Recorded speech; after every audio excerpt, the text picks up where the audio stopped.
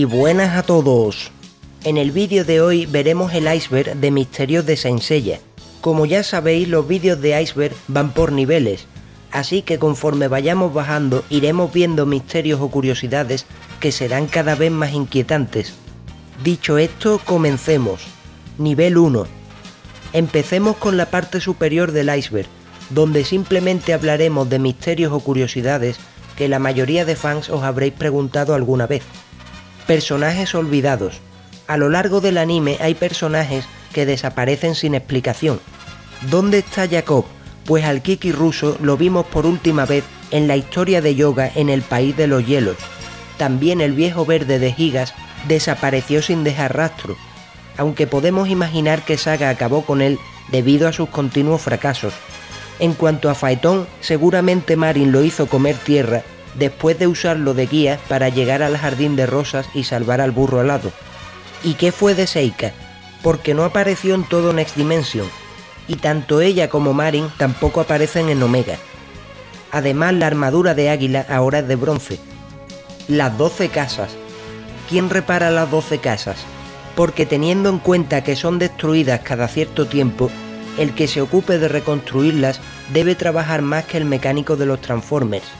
Lo más lógico sería pensar que los soldados rasos y algunos aspirantes a caballeros serían los Umpalumpa del santuario, por eso se encargarían, entre otras cosas, de labores de mantenimiento y demás.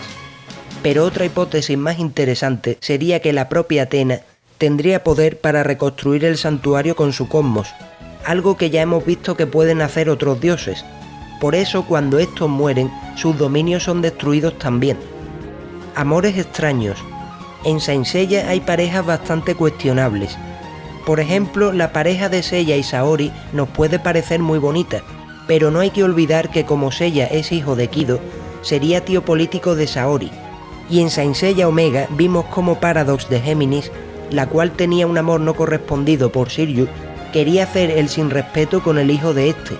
Algo muy funable también, pues Ryuho tenía 13 años y ella debería tener como mínimo 20. Aparte, Titán le declaró su amor a Palas, algo que con solo mirar a esta se entiende lo turbio que es, pero lo peor es que Ikki se enamoró de Esmeralda porque le recordaba a su hermano. El Muro de los Lamentos. ¿Realmente destruir y cruzar el Muro de los Lamentos era el único modo de llegar a los Elíseos? Pues cuando la rubia y Athena aparecen ante Hades, Shaka le dice que lo habían estado buscando en los Elíseos, y que llegaron hasta allí yendo más allá del río Aqueronte y continuando por el río Lete, lo que da a entender que hay otro modo de llegar a los Elíseos. Entonces, ¿por qué no se lo contó a los protas y al resto de dorados? Lo único que se me ocurre es que o Shaka es masoca y quería morir por segunda vez, o ese río Lete solo pueden cruzarlo los dioses y sus acompañantes, por lo que sería imposible hacerlo sin Athena. Nivel 2. Aquí ya la cosa se pone un poco más seria, pues hablaremos de temas que, aunque también son ampliamente conocidos por los fans, empiezan a rozar lo turbio. Mu el Emo. ¿De dónde saca Mu tanta sangre para reparar armaduras? Cuando Mu aparece con ropa de civil, podemos notar que siempre lleva los brazos vendados. Esto lleva a pensar que usa las vendas para ocultar los numerosos cortes y heridas que tiene, pues no es nada descabellado imaginar que use su propia sangre para resucitar y reparar las armaduras que no tienen portador. Incluso es muy posible que debido a tantos años haciéndose heridas voluntariamente, Mu oculte sus brazos porque estos están llenos de cicatrices permanentes, así que lo llamaremos Mu el Emo. Aspirantes a caballero. ¿Cómo recluta el santuario a tantos aspirantes? Una hipótesis interesante sería que el santuario financia en secreto la construcción de orfanatos por todo el mundo, donde habría trabajadores infiltrados que se encargan de captar a niños con potencial para ser caballeros. Así aseguran un flujo constante de aspirantes en todas las épocas y como son huérfanos, saben que nadie los echará en falta o los buscará. Se entiende que la finalidad del santuario es proteger la tierra, pero es turbio pensar que está constantemente buscando a huérfanos para convertirlos en armas con patas, y que solo les espera una vida de violencia y muerte. Caballeros de bronce. ¿Por qué en el anime y el manga clásico solo hay 11 caballeros de bronce? La clave de esto podría estar en la tumba de la armadura de Ymir, pues ahí se encuentran varias armaduras que deberían ser de bronce, aunque sus dueños no pueden contar mucho. Algunos fans piensan que hay tantas armaduras en Ymir porque allí se dio la batalla final de la Guerra Santa del siglo XVIII. Así que es posible que en la época de Seiya y los demás solo hubiese 11 armaduras de bronce activas, y las demás estarían destruidas cerca de Ymir. Así que la misión de Mu sería reparar el máximo de armaduras posibles para buscarles un nuevo portador. Métodos cuestionables.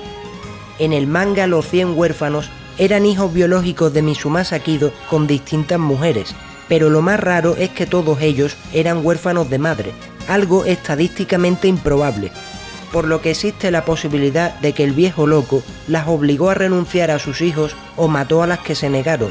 Es cierto que el viejo hacía todo por un bien mayor, pero a los ojos del mundo quedaría como un psicópata.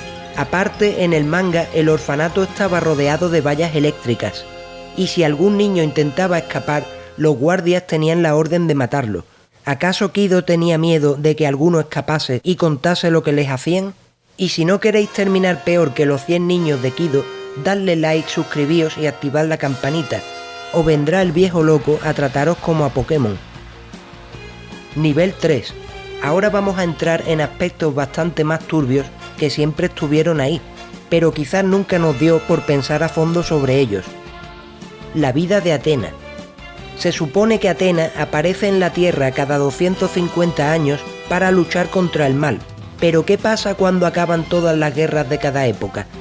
Lo más lógico sería que una vez que Athena termina su misión divina, su tiempo en la Tierra concluye, por lo que le daría una palmadita en la espalda a sus caballeros y ascendería al Olimpo de nuevo. Pero en el caso de Saori parece que piensa quedarse en la Tierra hasta morir de vieja, pues con la derrota de Hades su misión en el siglo XX terminó. Quizás, según lo visto en Next Dimension, Saori se quedó en la Tierra solo por amor a Seiya, pues lo ama tanto que ha puesto a la Tierra en peligro por él. Las ninfas de los Elíseos. Cuando Seiya llega a los Campos Elíseos, se encuentra con unas ninfas cortesanas de Thanatos, el cual tenía tremendo harén. La cosa es que cuando Hades es derrotado y todos sus dominios se van a la puta junto a él, ¿qué pasó con esas pobres ninfas? Pues no queda claro si pegaron el pellejazo en la destrucción de los Elíseos o si pudieron escapar antes. Y tampoco sabemos si hay más ninfas en otros lugares como el Olimpo o si solo existen en los Elíseos. También es curioso que cuando llegan gritando ante Thanatos, este les pregunta si acaso Cupido ha vuelto a molestarlas. ¿Significa eso que Cupido existe en el universo de Saint Seiya? El dragón marino murió. Muchas veces hemos hablado de quién es y dónde podría estar el auténtico dragón marino. Las dos hipótesis más extendidas son que o bien Canon estaba destinado a ser el dragón marino, o bien el verdadero dragón marino nunca despertó al sentir el llamado de su Scales porque Canon la tomó antes. Pero hay una mucho más oscura que sostiene que el dragón marino sí despertó en su momento igual que el resto de generales, e incluso llegó en algún momento al santuario submarino de Atlantis, pero una vez que lo hizo, Canon se encargó de acabar con él en secreto y deshacerse de su cuerpo en algún lugar del océano. Los espectros. Se supone que las almas de los espectros de Hades reencarnaban poseyendo a humanos de un modo parecido a como lo hacen los dioses, por lo que podemos pensar que estos humanos eran gente que llevaba una vida normal y corriente hasta que eran poseídos por los espectros para servir al dios del inframundo.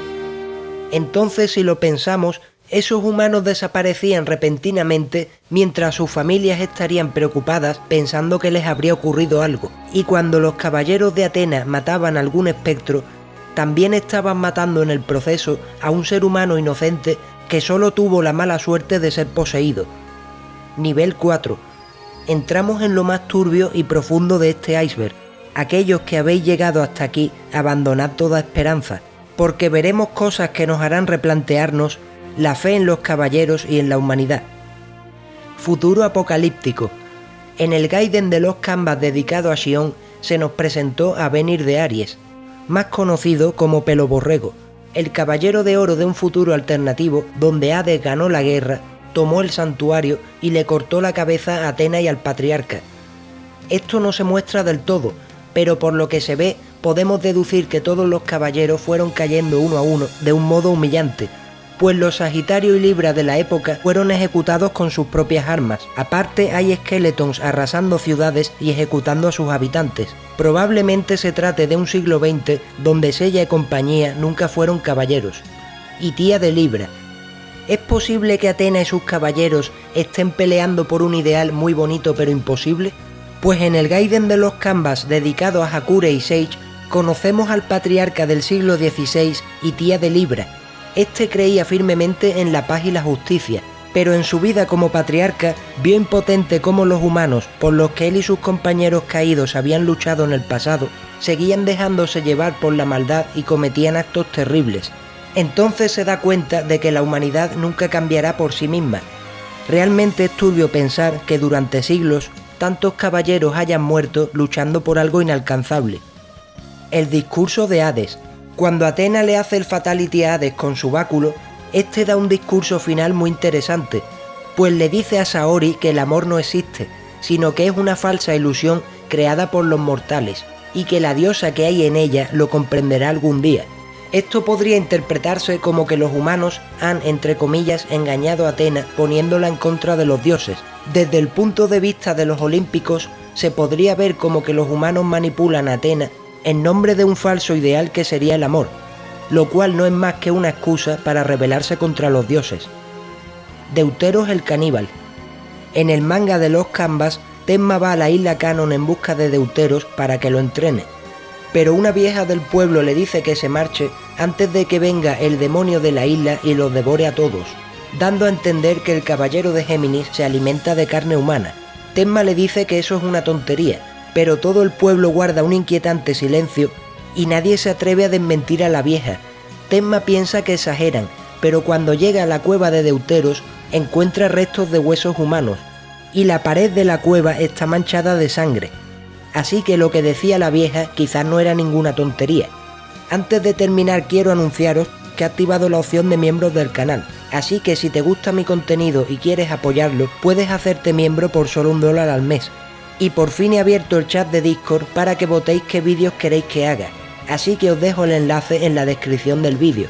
En cuanto al enlace del chat exclusivo de miembros, os lo dejaré por las publicaciones del canal. Los patrones seréis mencionados al final de cada vídeo, así que con tu apoyo no solo ayudarás a este canal, sino a difundir esta gran obra que nos enamoró a todos desde que éramos niños. Este vídeo no habría sido posible sin el apoyo incondicional de Raúl Ramos, Mario Roldán, Sánchez Guzmán, Cristian Andri, Guatamelón, Pablo Tormo y Víctor Martínez.